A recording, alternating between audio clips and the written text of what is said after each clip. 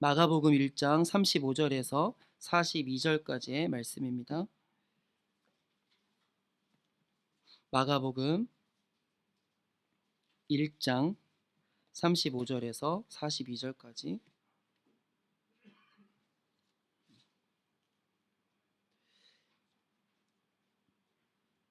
한 절씩 교독하시고 이후에 제가 다시 한번 봉독하겠습니다. 교독합니다. 새벽 아직도 밝기 전에 예수께서 일어나 나가 한적한 곳으로 가사 거기서 기도하시더니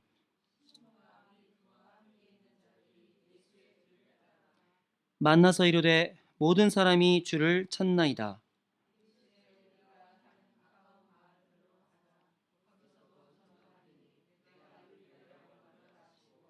이에 온 갈릴리에 다니시며 그들의 여러 회당에서 전도하시고 또 귀신들을 내쫓으시더라.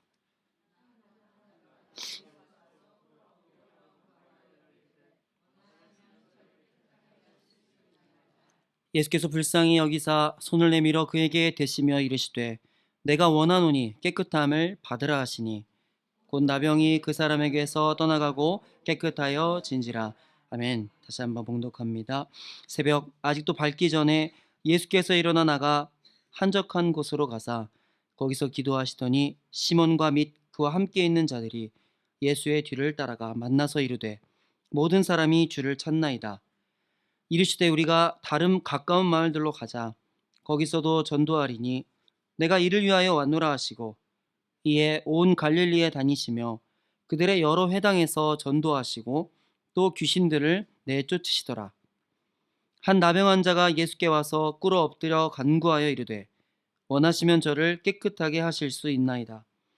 예수께서 불쌍히 여기사 손을 내밀어 그에게 대시며 이르시되 내가 원하노니 깨끗함을 받으라 하시니 곧 나병이 그 사람에게서 떠나가고 깨끗하여 진지라. 아멘. 말씀 가지고 은혜의 접촉이라는 제목으로 말씀의 은혜 나누도록 하겠습니다. 깨끗한 손으로 더러운 것을 만질 수 있는 용기. 깨끗한 손으로 더러운 것을 만질 수 있는 용기. 그것이 바로 은혜의 접촉입니다. 성도 여러분, 한 주간 살면서 한 일주일 동안 여러분들 많은 분들을 만나셨을 텐데 어떤 분들을 만나셨는지 잠시 한번 돌이켜 보셨으면 좋겠습니다. 때로는 기분이 좋아지고 또 삶에 큰 도움이 되는 그러한 만남도 있었겠고 늘 만나던 일상적인 만남도 있었겠고 또 한편으로는 굉장히 불쾌해지거나 아니면 손해를 보게 하는 만남, 이런 만남도 있었다고 생각이 됩니다.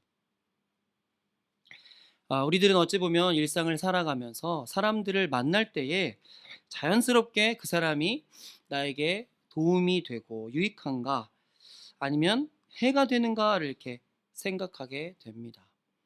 비단 어른들뿐만 아니라 정말 말 못하는 갓난 아이들도 척 보면 이 낯을 가린다고 하잖아요. 이 사람이 나랑 잘 놀아주게 생겼나 아니면 맛있는 거 주게 생겼나 척하면 알고 같은 나이 또래 아이라 할지라도 어떤 아이들끼리 만나면 만나자마자 으르렁대고 서로 막 뺏으려고 하고 어떤 아이들은 만난 지 5분밖에 안 됐는데 서로 참 잘 어울리는 이런 만남도 있습니다. 아이들도 그러한데 이 어른들은 우리들은 더 어떠하겠습니까? 순간순간 이 사람이 나의 어떠한 유익을 끼칠 것인가 라는 것을 본능적으로 자연스럽게 생각하는 게 저희 사람들이 아닐까 생각됩니다. 다르게 말하자면 특정한 목적이나 방향을 가지고 만나는 일들이 많이 생기게 되죠.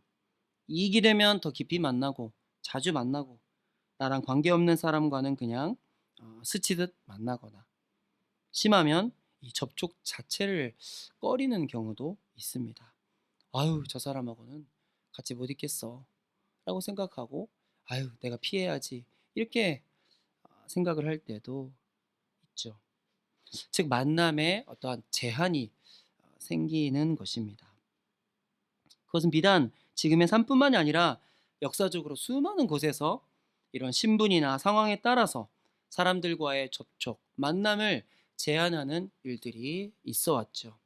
잘 알듯이 봉건제도에서도 귀족과 친부는 천민들은 만날 일이 거의 없었고, 지금까지도 인도의 카스트 제도는 불가촉 천민이라고 해서 접촉해서는 안 되는 사람 이렇게 신분을 나눠서 절대 안 만나려고, 만나면 큰 손해 보는 거라고 이렇게 생각하는 사람들이 있습니다. 뿐만 아니라 얼마 전까지만 해도 미국의 이러한 인종차별 같은 경우도 당시에는 당연했지만 심각한 문제였으며, 최근에도 이러한 차등의 문화는 있지 않나 싶습니다. 혹시 여러분 미나토 조시라는 말 들어보셨나요? 미나토쿠 조시. 잘 모르시는구나. 요즘 매스컴에서 많이 나와서 저도 한번 찾아봤는데, 미나토쿠 그 딱 이미지가 잘 사는 동네잖아요. 미나토쿠에서 소위 말해서 사장님들이나 돈이 많으신 분들과 어, 파티에 참석하고 거기서 살고 신분 상승을 노리는 이 여자들을 지칭해서 미나토쿠 조시라고 한다고 합니다.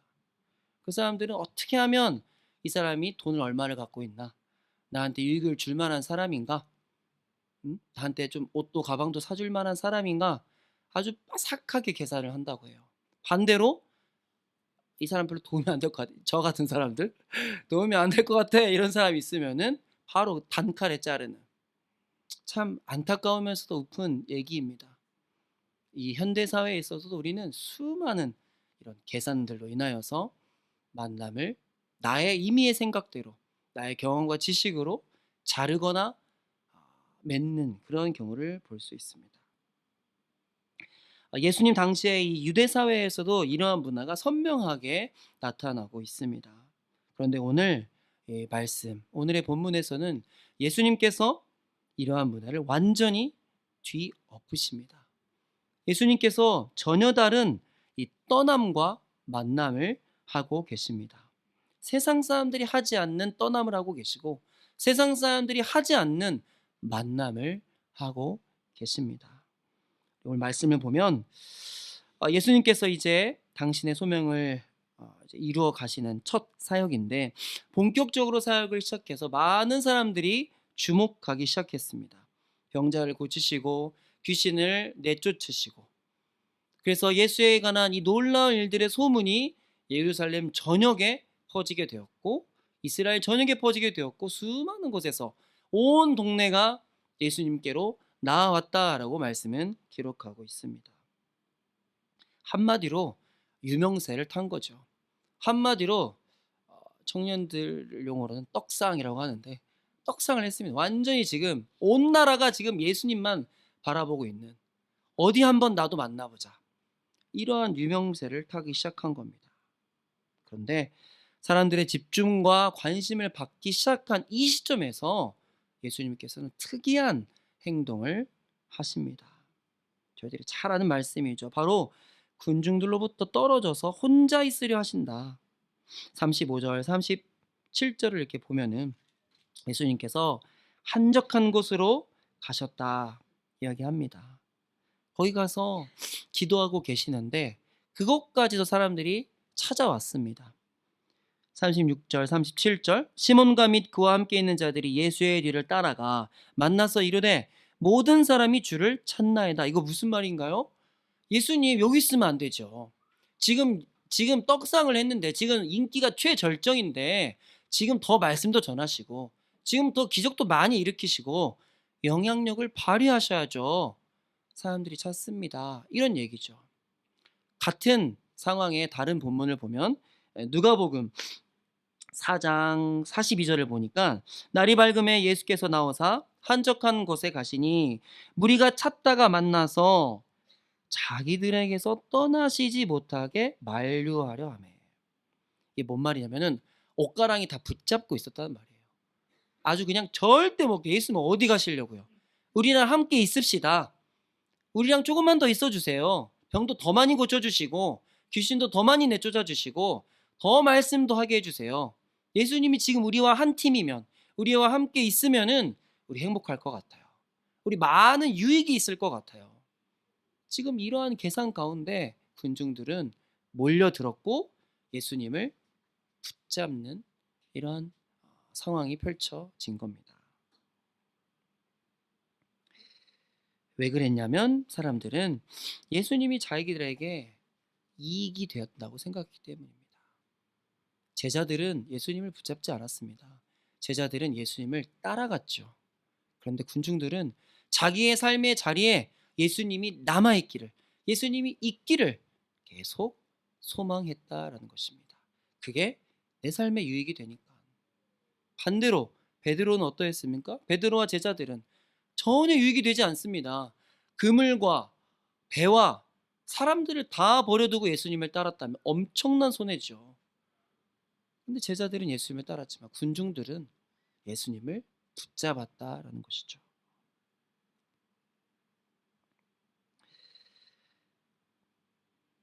어찌 보면 사람들은 이제 예수님께서 주목받기 시작했기 때문에 이제 이 혁명을 일으켜서 정치적 지도자가 되어서 이 로마의 압제를 받고 있던 역사적 상황을 뒤엎고 새로운 나라를 건설하기를 원했을지도 모릅니다. 그게 어찌 보면 사람의 당연한 심리일 것입니다. 예수님 만약에 그곳에 더 계셨더라면 편하셨겠죠.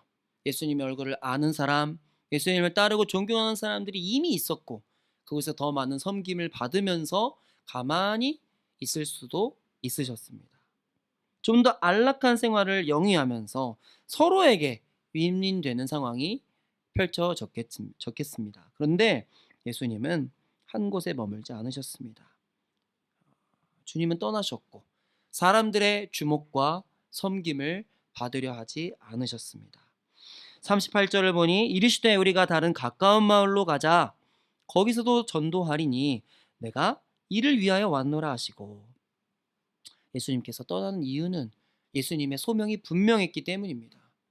내가 이곳에 머물면서 사람들과 관계를 더 깊이 하고 그룹을 만들고 정치적 세력을 얻으려는 것이 아니라 지금 나를 모르고 병에 시달리고 어렵고 힘들어하는 그 사람을 위하여서 나는 가겠다, 나는 떠나겠다라는 이 예수님의 결단이 있으십니다. 그래서 그곳에 여러 회당에 다니면서 전도하시고 귀신을 내쫓으셨습니다. 그런데 당연히 거기에도 사람들이 몰리기 시작했겠죠. 오늘 말씀을 보니까 사람들이 몰린 이 마을에 40절 한 나병 환자가 예수께 와서 꿇어 엎드려 간구하여 이르되라고 이야기합니다. 한 나병 환자가 와서, 예수께 와서라고 이야기하는데 본문 때에서 정확히 이 나병이 한센병인지는 알 수 없지만 분명한 것은 아주 심각한 피부병을 앓고 있었다입니다. 당시 피부병은 이 전염성이 있다고 여겨졌기 때문에 매우 불결한 상징이었죠. 그리고 이 병을 얻은 이유는 그 사람이 죄를 지었기 때문이라고 이야기했습니다. 죄 때문에 지금 이렇게 고생하는 거야. 너가 하나님 앞에 잘못했기 때문에 이렇게 피부병을 앓고 있는 거야. 너의 죄의 결과라고 정죄하는 그러한 문화가 있었습니다. 지금이야 한센병도 그렇고 여러 피부병들을 치료할 수 있는 약이 많이 있지만 거의 약이 전무하던 그 시절에는 일반인들이 그 병을 걸리지 않으려면은 격리밖에 없었습니다. 그렇기 때문에 그들을 사람들 동네 밖으로 내치고 자신들의 깨끗함을 보존하는 문화였죠. 그래서 그들은 피부병에 걸린 사람들은 병으로 인해서 육체가 고통받는 것뿐만 아니라 사람들에게 이 더러움의 상징으로 낙인 찍혔습니다. 레위기 13장 45에서 46절을 보면 나병 환자는 옷을 찢고 머리를 풀며 윗입술을 가리고 외치기를 나는 부정하다 부정하다 이렇게 외치면서 다녔어야 됩니다. 어쩌면 돌을 맞을 수도 있었고 손가락질 당하고 내쫓김을 당하는 이러한 사회적 소외가 나병 환자에게 있었다는 것이죠. 병이 있는 날 동안은 늘 부정할 것이라 그가 부정한즉 혼자 살되 진영 밖에서 살 것이다. 유목사회에서 진영 밖에 산다는 것, 이 공동체 밖에 산다는 것은 거의 죽음을 의미했습니다. 그러한 문화 속에 있었기 때문에 고대 사회부터 그랬고 지금 이 예수님이 계신 사회 속에서도 피부병에 걸린 사람들은 동네 밖에 살았습니다. 그런데 그런 환자가 지금 예수님을 만나기 위해서 동네 바깥에서 동네로 나왔다라고 이야기합니다. 얼마나 큰 용기가 필요했을까요? 옷으로 몸을 가리고 조심조심 행동했겠지만 한 사람이라도 내가 나병 환자라는 것을, 내가 피부병 걸린 환자라는 것을 깨닫는다면 당장에 여보시오, 여기에 지금 나병 환자가 있습니다. 불결함의 상징이 여기 와 있습니다. 여기 있어서는 안 되는 사람이 여기에 섞여 있습니다. 밖으로 내쫓읍시다. 이러한 처우를 당할 수도 있었습니다. 그런데 간절했던 그는 정말 죽을 수도 있다는 그런 위험을 감수하고 예수님 앞으로 나아왔습니다. 그리고 이렇게 고백하죠. 원하시면 저를 깨끗하게 하실 수 있나이다. 나 좀 치유해 주세요. 낫고 싶어요라고 얘기하지 않았죠. 즉 나병 환자 자신도 자기가 더럽다는 걸 알고 있었어요. 더럽다는 걸 알고 있다는 게 아니라 사회적으로 나는 더러워짐의 대상이다라는 것을 알고 있었습니다. 그렇기 때문에 나를 깨끗하게 해달라고 하죠. 나 좀 치유해 주세요. 나 좀 낫게 해주세요가 아니라 저는 더러운 사람입니다. 그렇지만 주님께서 원하신다면, 예수님 당신이 원하신다면, 당신의 뜻이라면 나를 깨끗하게 하실 수 있습니다. 나는 당신의 능력을 믿습니다라고 지금 고백하고 있습니다. 이 사람의 신앙의 고백이죠. 한번 우리 현장의 분위기를 상상해 보길 원합니다. 지금 예수님 혼자 계신 게 아니잖아요. 수많은 사람들이 북적북적해서 이렇게 모여 있었는데 지금 줄 서 있고 귀신 쫓고 여러 상담도 받고 말씀도 들으려는 사람이 온갖 사람들이 다 모여 있는데 거기서 가장 불결한 대상, 절대 접촉해서는 안 되는 대상, 그 나병 환자가 예수님 앞으로 나왔다. 수근수근수근대고 더러워. 어떻게 저런 사람이 지금 여기 있을 수 있나? 우리하고는 어울리지 않아. 우리하고는 다른 사람이야. 격리시켜야 돼. 이런 분위기 속에 있을 때에 예수님께서 놀라운 행동을 하십니다. 말씀 한번 읽어볼까요? 41절 시작. 예수께서 불쌍히 여기사 손을 내밀어 그에게 대시며 이르시되 내가 원하느니 깨끗함을 받으라 하시니 아멘. 예수님께서 얼마든지 말씀으로만 치유하실 수 있는 분이신 줄 믿습니다. 예수님 그냥 멀리서 그래 너 나았어 내가 선포할게 라고도 하실 수 있으세요. 근데 예수님이 지금 어떻게 하시냐고 보니까 손을 내밀어 그에게 대시며 이르시되, 이 됐다라는 게 아우 깨림칙해, 아우 이게 살짝 돼 이런 게 아니에요. 이 됐다라는 단어는 막 주물떡 만진 거예요. 껴 안으신 거예요. 예수님이 투벅투벅 다가가서 아마 이 나병 환자도 내가 불결하다고 생각했기 때문에 조금 거리를 두고 있었지 않았나 싶어요. 옷으로 자기 얼굴을 가리고 예수님 난 저 나병 환자인데 만약 주님께서 원하시면 저 깨끗하게 하실 줄 믿습니다. 그러나 두렵습니다. 이러한 마음을 갖고 있었는데 예수님께서 수많은 사람들이 보고 있는 그 자리에서 뚜벅뚜벅 걸어가시더니 손을 뻗어서 손을 내미셔서 그를 만지고 그를 안으셨다. 얼마나 놀랐을까요, 사람들이. 나병 환자도 놀랐고 그곳에 있는 사람도 놀랐을 것입니다. 우리 지난달 부활주일 때 여기서 그 한 뮤지컬을 틀었지 않습니까? 공유해가지고 보신 분도 있을 텐데 거기서도 그 장면이 아주 잘 나와 있어요. 예수님께서 나병 환자가 나왔을 때 사람들이 깜짝 놀라서 제자들이 예수님을 말리거든요. 예수님께서 나병 환자한테 가려고 하니까 막 옷을 붙잡으면서 가지 마세요. 큰일 납니다. 부정해집니다. 라고 말리시는데 예수님이 걸어가시더니 그를 안고 그를 치유하세요. 그런데 그 치유한 이후에도 예수님이 이렇게 오시더니 제자들이 이렇게 만지려고 하니까 제자들이 깜짝 놀라요. 그게 무슨 말이냐면은 부정을 탔다라고 생각한다는 거거든요. 부정한 사람을 만진 즉시 자기도 부정해진다. 부정해진 사람의 손으로 또 접촉을 하면은 나도 부정해질 수 있다라는 의식이 자연스럽게 그 당시 문화에 박혀 있었기 때문에 이 만진다, 손을 내민다라는 것은 엄청난 일입니다. 저는 이 만남을 은혜의 접촉이라고 표현하고 싶습니다. 우리가 예수님을 만질 수 있나요? 우리가 하나님을 만질 수 있나요? 우리는 그 거룩하신 하나님을 볼 수도 없고 만질 수도 없는데, 그 놀라우신 하나님이 이 땅에 오셔서 사람의 옷을 입고 사람의 몸을 입고 이 땅에 오셔서 만질 수 없는 하나님이 사람이 되셔서 만져서는 안 되는, 만지면 큰일 나는, 만지면 부정타는 그 사람을 만지셨다라는 거예요. 그것이 예수님의 사랑이고 그것이 은혜의 접촉입니다.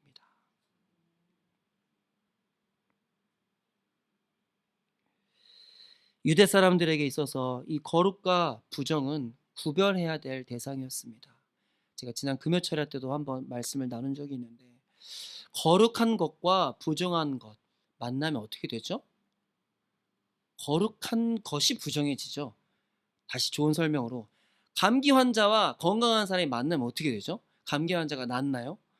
건강한 사람이 감기를 걸립니다. 코로나 양성 환자와 일반인이 만나면 대부분 이 사람이 코로나에 걸립니다. 건강한 사람하고 코로나 걸린 사람이 만났는데 코로나 걸린 사람이 치료되었다라는 이런 일은 없죠. 이러한 것처럼 예수님 당시에 부정한 사람과 거룩한 정결한 사람이 만나면 그 정결이 훼손되었기 때문에 이 정결을 지키기 위해서 사람들이 했던 행동은 뭐냐? 선긋기입니다. 구별지었다는 것입니다. 그래서 너 밖에 나가 살아라. 나 너랑 접촉하면 나도 부정해진다. 나랑 거리 두자. 이게 당시의 유대의 뿌리 깊은 문화였습니다. 너무나 자연스럽게 선긋기가 당연시됐기 때문에 당시의 율법학자, 바리새인들, 소위 자칭 거룩하다고 하는 사람들은 선 긋는 데는 아주 선수였어요. 너랑 나랑 달라. 어디 감히 나하고. 그런데 예수님의 삶은 그렇지 않으셨습니다. 문둥병자를 고치셨고 귀신 들린 자에게 다가가시고 만지셨는데, 예수님이 더럽혀지는 게 아니라 병자가 치유받고 거룩해졌습니다. 혈루증 앓던 여인도 똑같습니다. 부정했던, 피를 유출이 있는 자는 부정한 자니라고 성경에 명시하고 있습니다. 나는 부정한 여인이다라는 마음이 있었는데 예수님 앞에 만나는 그 거룩한 접촉이 있으니까, 은혜의 접촉이 있으니까 접촉만으로도 부정했던 그 여인이 나음을 받고 깨끗해지는 놀라운 역사가 있었다라는 것이죠. 온전하신 하나님 되신 예수님, 예수님과 만나는 자는 누구라도 다 깨끗해질 줄 믿습니다. 예수님의 그 놀라우신 보혈이 어떠한 죄악도 다 씻으시고 눈보다도 더 희게 하시며 우리를 정말 하나님이 보시기에 합당한 자로 칭해 주시는 은혜가 있을 줄 믿습니다. 이것이 신약 시대의 원리입니다. 거룩하신 하나님이 육체의 몸을 입고 이 땅에 오셔서 사역을 하셨는데, 설명드렸다시피 구약 시대에서는 거룩과 부정이 접촉하면 거룩이 훼손되었었는데, 그렇기 때문에 구별의 문화였었는데, 이제는 거룩함이 부정함으로 침투하여서 그 부정을 없애버리는 이런 놀라운 일이 있었다. 그것이 바로 은혜의 접촉입니다. 우리는 신약 시대를 사는 사람들인 줄 믿습니다. 우리는 그리스도의 보혈로 인하여서 거룩하다 칭함받은 존재입니다. 그렇기 때문에 우리는 부정한 곳으로도 담대히 나아갈 수 있습니다. 왜냐하면 우리는 주님의 보혈의 피를 믿기 때문이죠. 그런데 이 말씀을 잘 알지만 사실 이것을 삶의 자리에서 실천하는 게 얼마나 어려운지 모르겠습니다. 주님을 본받아 소위 거룩하지 못하다고 여겨지는 사람들에게 다가가고 서스름 없이 대하고 그들을 구원의 길로 이끌어내는 것, 그것은 결코 쉬운 일이 아니죠. 저도 지난번에 잠깐 나눴었는데 오스카에게서 전도하다가 에 소위 어떤 일본의 한 신흥 종교의 분에게 인제 전도를 당했어요. 한 2 시간 동안 이제 얘기를 했었는데 기분이 찝찝하더라고요 처음에. '아 이 전도하러 왔다가 괜히 영적 싸움이고만.' 이렇게 생각을 하면서 '에이 부정타.' 이렇게 생각할 뻔도 했는데 그런데 한 1 시간 이렇게 얘기하다 보면서 그 사람의 삶도 듣고 하다 보니까 쪼끔씩 이해가 되는 거예요. '아 이 사람이 왜 이 종교에 이렇게나 빠지게 됐는가.' 여러 아픔들이 있었더라고요, 그 자녀들 때문에. 그래서 불쌍해 보이더라고요, 그분이 참. 얘기를 했었는데. 그러나 여전히 저 또한 은혜의 접촉을 하는 것은 쉽지 않은 것 같습니다. 아까 전에 여러분들이 떠올리신 그 한 주간의 만남 가운데 여러분 과연 얼마나 은혜의 접촉을 하고 계십니까? 우리 교회는 얼마나 많은 사람들과 이 은혜의 접점을 가지고 복음을 전하고 있고 또 예수 그리스도의 사랑을 전하고 있습니까? 쉽지 않음을 깨달을 때에 이 베드로를 한번 생각해 봤습니다. 베드로는 어떠했나? 사도행전 10 장을 보니 환상 가운데 주님께서 베드로에게 직접 말씀을 하셨죠. "베드로야 일어나 잡아먹어라. 이 부정한 것들로 여겨지는 동물들을 잡아먹어라."라고 3 번이나 말씀하셨고 베드로는 "그여 그럴 수 없나이다." 14절에 이렇게 고백하죠. "그럴 수 없나이다. 속되고 깨끗하지 아니한 것을 내가 결코 먹지 아니하였나이다." 이게 무슨 말이냐? "나 거룩함을 지켰습니다. 나 선긋기 했습니다. 부정한 것하고는 접촉하지 않겠습니다." 이런 지금 마음이잖아요. 그런데 하나님께서 이 환상을 보여주시고 고넬료와의 만남을 통하여서 이제 이방인들에게도 복음이 전파되는구나 라는 것을 베드로에게 깨닫게 하셨죠. 베드로는 이러한 깨달음으로 선포를 했고 어찌 보면 이방 선교의 첫 발걸음을 베드로를 통해서 떼어졌다라고도 볼 수 있습니다. 예루살렘에 있던 모든 사람이 베드로의 이 간증과 고백 때문에 자 이방인들에게도 소위 부정하다 여겨지는 이방인들에게도 우리 만나고 그들에게 복음 전하자 이렇게 결의를 했거든요. 그런데 그런데 이후에 보니 대략 한 15년 정도 이후라고 생각이 되는데 이후에 베드로가 어떠한 행동을 하냐면은 사도행전 10장 28절을 볼까요? 네. 이르되 유대인으로서 이방인과 교제하며 가까이 하는 것이 위법인 줄을 너희도 알거니와 하나님께서 내게 지시하사 아무도 속되거나 깨끗하지 않다 하지 말라 하시기로 이게 지금 베드로의 고백이거든요. 아주 큰 깨달음을 했죠. '아 이게 신약의 원리구나. 부정하고 속된 것이 없구나. 하나님께서 다 거룩하다고 하시는구나. 이방인들도 얼마든지 만날 수 있구나.' 이런 고백을 했는데 십수년이 지난 뒤에 베드로가 여전히 이 이방인들과의 선긋기를 하고 있는 모습이 발견됩니다. 갈라디아서 2장 11절을 보면 바울이 이 베드로의 잘못된 일을 책망하였다라고 하죠. 게바 즉 베드로죠. 안디옥에 이르렀을 때에 책망받을 일이 있기로 내가 그를 대면하여 책망하였노라. 바울이 이렇게 책망합니다. 야고보에게서 온 어떤 이들이 유대인들이죠. 이르기 전에 게바가 이방인들과 함께 먹다가 그들이 오매 그가 할례자들을 두려워하여 떠나 물러가매. 이게 뭔 소리냐면 베드로가 이방인들하고 밥 먹고 있었어요. 근데 유대인이 온다는 소문을 듣고 깨림직해서 저 사람들이 나한테 뭐라고 하면 어떡하지? 저 사람들이 나한테 부정한 사람하고 밥 먹었다고 나를 비난하면 어떡하지? 이게 신경이 쓰여 가지고 슬쩍 그 자리를 피했다라는 거죠. 아직도 베드로는 자유하지 못하고 깨림칙한 이런 태도가 있었다라는 겁니다. 근데 바울은 이것을 분명하게 비판합니다. 13절 남은 유대인들도 그와 같이 외식함으로 바나바도 그들의 외식에 유혹되었느니라. 그 행동은 외식이었다. 잘못된 일이었다. 이방인들과 이제는 속되고 거룩하고 깨끗하고 부정하고 이런 구분이 없다라고 베드로 자신이 선포해 놓고는 행동으로 따르지 못하는 그거는 외식하는 문화다. 잘못된 것이다. 다른 사람도 다 본받는다. 이렇게 이야기하는 겁니다.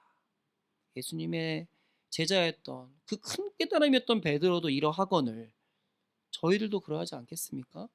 마음속으로는, 입으로는 수도 없이 하나님, 이 땅에 어두운 곳으로 나를 보내주소서, 하나님 믿지 않는 자들과 거룩한 만남 있게 하소서 고백하지만 나도 모르게 딱 보면 견적이 나오지 않습니까? 이 사람은 안 되겠다 라고 이야기하고, 이 사람은 나에게 유익하겠네, 이 사람은 나한테 아무런 유익을 못 주겠네, 이렇게 재단질하고 있는, 판단하고 있는 제 자신의 모습, 그리고 우리의 모습이 있음을 고백합니다. 은혜의 접촉을 이야기하지만 나도 모르게 옛 습관과 인간적인 생각으로 선을 긋고 있지는 않았는지. 그런데 예수님께서 과연 어떻게 나병 환자에게 다가가실 수 있었을까를 가만히 묵상하다가 오늘 한 단어에 다시 한번 주목해 봅니다. 41절, 예수께서 불쌍히 여기사.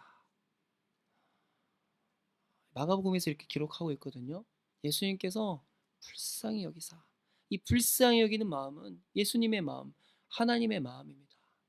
그냥 아우 몸이 좀 아프겠다 정도가 아니라 그가 처했던 수많은 사회적인 소외, 갈등, 외로움, 그렇지만 용기 있게 나온 그 자세, 그 모든 것을 아시는 주님이 그를 불쌍히 여겼다, 긍휼한 마음을 가지고 나아가셨다라는 것이죠. 이 측은히 여기는 마음, 하나님 아버지의 마음인 줄 믿습니다. 이 마음을 때로는 이 성도들에게도 주십니다. 머리로는 이 상대가 이해가 안 되고 도저히 용서할 수가 없는데 마음이 자꾸만 그를 향할 때가 있죠. 아무리 생각해도 힘든데, 그런데 마음이 자꾸만 그를 위하여 기도하게 되는, 그것이 바로 주님께서 우리에게 주신 마음인 줄 믿습니다. 빌립보서 2장에서는 이렇게 얘기합니다. 그러므로 그리스도 안에 무슨 권면이나 사랑의 무슨 위로나 성령의 무슨 교제나 긍휼이나, 즉 불쌍히 여기는 마음이죠, 자비가 있거든. 3절, 아무 일에든지 다툼이나 허영으로 하지 말고 오직 겸손한 마음으로 각각 자기보다 남을 낮게 더 좋게 여기고 각자 자기 일을 돌볼 뿐더러 또한 각각 사람들의 일을 돌보아 나의 기쁨을 충만하게 하라. 너희 안에 이 마음을 품으라. 곧 그리스도의 마음이니. 우리 안에 예수님의 마음을 품기를 소망합니다. 예수님으로 넘치기를 기도합니다. 그랬을 때에 정말 은혜의 만남이 있을 줄 압니다. 저도 최근에 만났던 몇 분의 분들이 참 이런 은혜의 접촉을 몸소 실행하고 계신 분이 있더라고요. 저에게도 그러하죠. 이분이 도대체 내가 뭐라고 이분이 나한테 이렇게 잘 대해주시나, 어떻게 이렇게 겸손하시나. 가만히 생각해 보니까 그분의 인격이 아니라 그분이 정말 하나님을 깊게 만났기 때문에 그렇게 대해주시는구나 라는 생각이 들고, 또 어떤 한 성도분은 어떻게 저렇게 마음 써서 저 어려운 사람과 끈질기게 이렇게 만나고 있나. 참 처음에는 제가 그분의 인품이 대단하다라고도 생각했겠는데, 물론 그것도 있겠지만 그분 안에 하나님을 향한 열정, 그리고 예수님이 품으신 그 불쌍히 여기는 마음이 있기 때문에 할 수 있다고 믿습니다. 우리 교회도 저희들이 각자의 삶 안에서도 이러한 은혜의 접촉이 날마다 일어나기를 소망합니다. 주님께서 나와 은혜의 접촉을 하여 주셨기 때문에 결코 주님을 믿고 주님을 의지하고 하나님의 자녀가 될 수 없는 나와 만나 주시고 나에게 손을 내밀어 주시고 나를 깨끗하게 칭함해 주셨기 때문에 나 또한 그 사랑을 기억하며 이 땅의 삶의 현장에서 세상 사람들에게 담대히 나아가는 그런 은혜가 있기를 소망합니다. 예수님의 마음으로 다가가 손을 뻗고 은혜의 접촉을 할 때에 주님께서 놀라운 역사를 우리의 삶과 우리 교회에 이루게 해주실 줄 믿습니다. 기도하시겠습니다.